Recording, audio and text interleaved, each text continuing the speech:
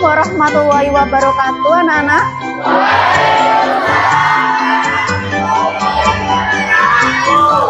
Ini saya harusnya memberi semangat pagi atau semangat siang atau semangat pagi menjelang siang ya, suasananya. Biar semangatnya kita masih tetap semangat pagi, maka kita akan mengucapkan semangat pagi ya. Semangat pagi semuanya. Nah, untuk menggugah semangat kalian seperti biasanya kita bunyikan yel-yel SMK kita sebagai anak SMK. SMK? Iya. SMK? Iya. SMK NU Lasem? Iya. Skanula? Cerdas dan kompetitif. Tepuk tangan dulu untuk kita semuanya. Nah, hari ini ada yang tidak. Untuk memulai pembelajaran hari ini, kita berdoa dulu ya. Nah, untuk seperti biasanya, Dinandra silahkan dipimpin doanya. Sebelum memulai pelajaran, marilah kita doa mulai. Selesai. Alhamdulillah. Nah, pada hari ini sebelum kita memulai kegiatan pembelajaran pertama, saya minta kepada kalian jika ada kertas atau misal sampah di bawah meja atau di kolong sorogan. Nah, gini, untuk pembelajaran pada hari ini, kalau minggu kemarin kita belajar tentang apa? Benar sekali, hak dan kewajiban asasi manusia. Nah, kalau pada pembelajaran hari ini, materi hari ini tuh ada korelasinya atau ada hubungannya sama materi minggu kemarin, pertemuan kemarin. Kalau kalian kemarin mempelajari tentang hak dan kewajiban asasi manusia, pada hari ini seperti yang ada di layar, kita mempelajari apa, Nana?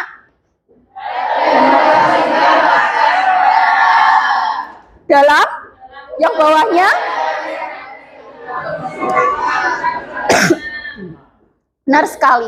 Hari ini kita menghubungkan materi minggu kemarin, pertemuan kemarin itu ada hubungannya sama materi pembelajaran hari ini.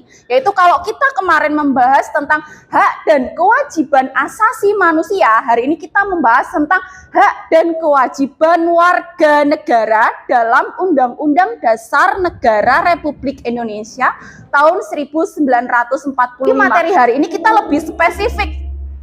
Hak kita sebagai warga negara, kewajiban kita sebagai warga negara itu ternyata dijamin di dalam Undang-Undang Dasar Negara Republik Indonesia tahun 1945. Nah, yang saya harapkan pada pembelajaran hari ini, saya berharap kalian ketika nantinya saya sudah menjelaskan secara garis besar materi pada pembelajaran hari ini, bisa mengkelompok-kelompokkan.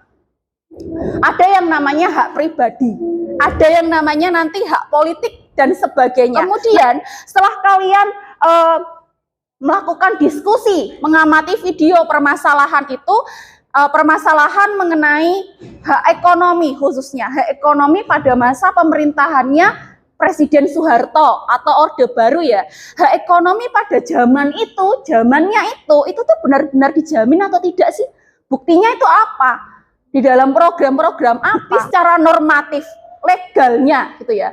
Kemudian setelah itu kalian bisa, saya harapkan bisa menyajikan hasil diskusi kalian, diskusi kelompok kalian secara perwakilan nanti maju ke depan untuk mempresentasikan hasil di kelompok kalian. Ya, nanti ada yang saya harapkan diskusi nanti secara teori itu kan memang ada, tapi prakteknya dalam kehidupan sehari-hari saya tuh sebenarnya saya belum paham. Itu kan mungkin ya yang ada di benak kalian. Nah, gini, kalau saya ada di gambar pertama ini, di gambar pertama kalian itu mengartikan itu gambar apa? Kalau kalian memaparkan mengenai gambar yang pertama, silahkan ada yang mau menjawab pertanyaan saya? Ya, baik. Pemilihan umum. Pemilihan umum itu apakah hanya ada pemilihan umum desa gitu, lurah gitu? Tidak, apa saja? Nah, benar sekali. Ada yang mau menjelaskan gambar kedua? Siapa? Yang gambar yang kedua, ada yang mau menjelaskan? Baik. Kedua itu gambar yang kedua. Berdasarkan neraca ini, pada hasil pemilu presiden apakah ada peningkatan jumlah pemilih? Ada. Pilpres tahun 2014 jumlah Pilpres 69,6%, sedangkan tahun 2019 meningkat menjadi 81,9%. Kalau mendengar ya, kalau kalian kaitkan sama materi kita sebelumnya, hak dan kewajiban warga negara, korelasinya apa? Kaitannya apa? Pemilu sama hak, materi hak dan kewajiban warga negara. Ada yang mau jawab? Ya, baik. Warga negara adalah hak untuk dipilih atau mencalonkan diri, sedangkan kewajiban warga negara adalah kewajiban untuk mengikuti kegiatan memilih atau mencoblos. Sebagai warga negara ya. Baik. Menyebutkan dengan benar sekali, dengan tepat. Saya akan menjelaskan secara garis besar materi hari ini. Nah, mengenai perbandingan antara hak asasi sama hak warga negara. Apa sih hak asasi? Kemudian perbandingannya sama hak warga negara itu apa? Nah, hak asasi di sini itu adalah kalau kita hak asasi itu sifatnya universal. Artinya universal itu menyeluruh seluruh dunia.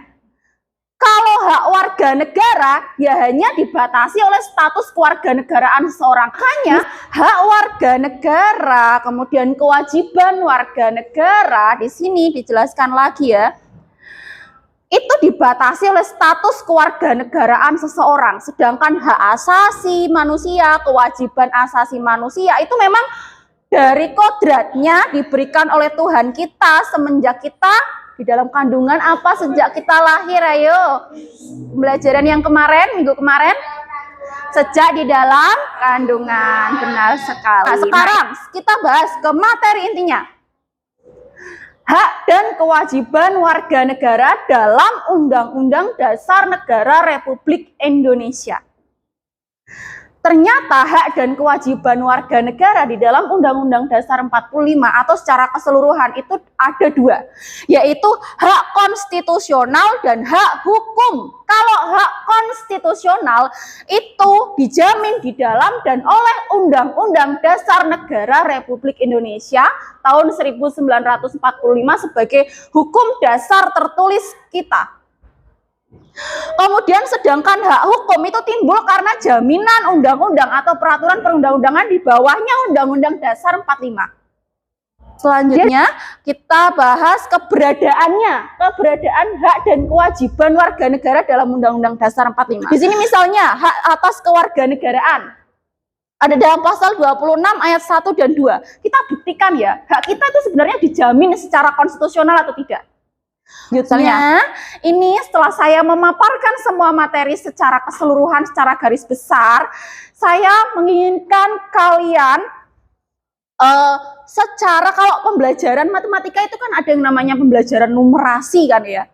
Numerasi itu kan secara penomoran, kalian bisa menjumlahkan, mengurangi, perkalian, pembagian, dan lain-lain. PPKN juga ada loh. Nah, ketika kalian mempelajari tentang hukum, khususnya di sini adalah Undang-Undang Dasar 45. Nah, kalian bisa menyebutkan pasal-pasal berapa. Nah, di sini kalian mempunyai tugas secara berkelompok. Kalian kan kita sudah membentuk kelompok sesuai kesepakatan di grup kelas ya, supaya waktunya enak. Kalau misalkan kita sekarang baru membentuk kelompok kan mengurangi waktu kita untuk berdiskusi dalam diskusi kelompok nantinya ya. Nah, di sini ada hak pribadi, hak ekonomi, hak politik, hak persamaan hukum dan sosial budaya. Nah, di sini di dalam Undang-Undang Dasar Negara Republik Indonesia tahun 1945 sebelum diamandemen, hak pribadi itu ada di mana? Bunyinya apa? Dijaminkah? Keberadaannya bagaimana? Dan lain-lain sampai di Undang-Undang Dasar Negara Republik Indonesia tahun 1945 sesudah diamandemen itu sudah ada penjelasan mengenai cara pengerjaannya ketika kalian melakukan studi dokumentasi, yaitu nomor 1. Di sini soalnya kan ada 2, nomor 1 dan nomor 4, nomor 3, nomor 2 dan nomor 3 itu kan cara pengerjaan untuk soal nomor 4 ya. Nomor 1 sudah saya jelaskan tadi. Kemudian yang soal nomor 4, perhatikan dulu videonya ya. Video di sini kalian lihat di mana Oke, sediakan dulu. Perhatikan dulu ya. Supaya kamu tidak ngantuk mendengarkan pembahasan pada materi kali ini. Nah, pada materi kali ini kita akan membahas tentang bagaimana perkembangan kehidupan sosial ekonomi bangsa Indonesia pada masa pemerintahan Orde Baru. Nah, seperti yang kita ketahui bahwasanya setelah keluarnya Super Semar pada tanggal 11 Maret 1966, Jenderal Soeharto secara perlahan kemudian berhasil mengambil alih kekuasaan dari tangan Soekarno dan kemudian mendirikan sebuah tatanan baru yang disebut dengan Orde Baru. Ada banyak tantangan yang dihadapi oleh Presiden Soeharto pada masa awal kepemimpinannya di masa Orde Baru. Tantangan-tantangan tersebut tidak lain adalah merupakan peninggalan dari masa Orde Lama yang menyebabkan kehidupan ekonomi Indonesia pada waktu itu dalam keadaan kritis dan kacau balau. Bahkan diskusi kelompoknya harus berjalan dengan baik dan benar. Tidak hanya beberapa anak saja yang berdiskusi, tapi semuanya juga.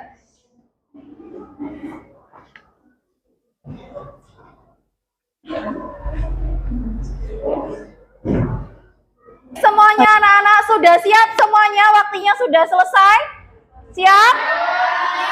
Silakan, ada yang mau mewakili kelompoknya? Assalamualaikum warahmatullahi wabarakatuh. Waalaikumsalam warahmatullahi wabarakatuh. Saya Sintiawati, perwakilan dari kelompok 3 akan mempresentasikan tentang hak dan kewajiban warga negara. Hak hukum. Yang pertama, Hak hukum. Dalam UUD NRI tahun 1945 sebelum amandemen, segala warga negara bersamaan kedudukannya di dalam hukum. Dalam UUD RIS, adanya jaminan untuk adil dan tentram. Dalam UUD JS, setiap orang berhak mendapat perlakuan jujur dari hukum. Dalam UUD NRI tahun 1945 setelah amandemen, hak atas pengakuan jaminan berlindung dengan kepastian hukum. Replita 3 1979 sampai 1984. Pada pembangunan 5 tahun yang ketiga ini, Indonesia menekankan bidang industri padat karya yang bertujuan untuk meningkatkan ekspor. Pada pembangunan yang ini, Indonesia berhasil meraih swasembada beras nasional. Apakah ada yang ditanyakan?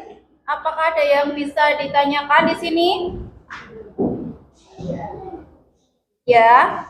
Tentang Saya mau tanyakan, bukti nyata apa yang menunjukkan bahwa hak ekonomi pada pemerintahan Soeharto ada secara konstitusional? Dibuktikan dengan adanya program pembangunan, yakni pemerintah menyusun rencana program stabilitas ekonomi komprehensif yang diberi nama Paket Kewajiban Stabilitas dan Rehabilitas Ekonomi.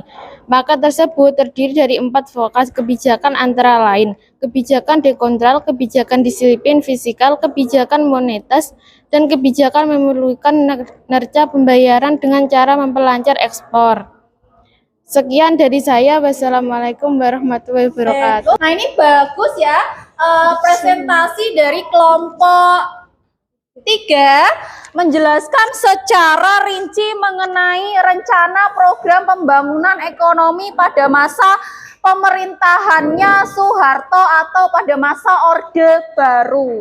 Secara rinci dijelaskan program-programnya apa. Berarti kan itu menunjukkan bahwa hak ekonomi itu memang nyatanya secara konstitusional itu terjamin.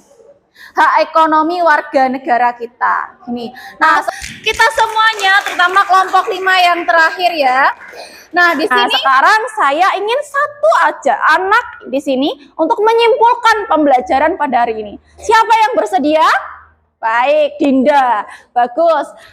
Di sini, Nak. Di sini, berdiri di sini. Assalamualaikum warahmatullahi wabarakatuh. Waalaikumsalam.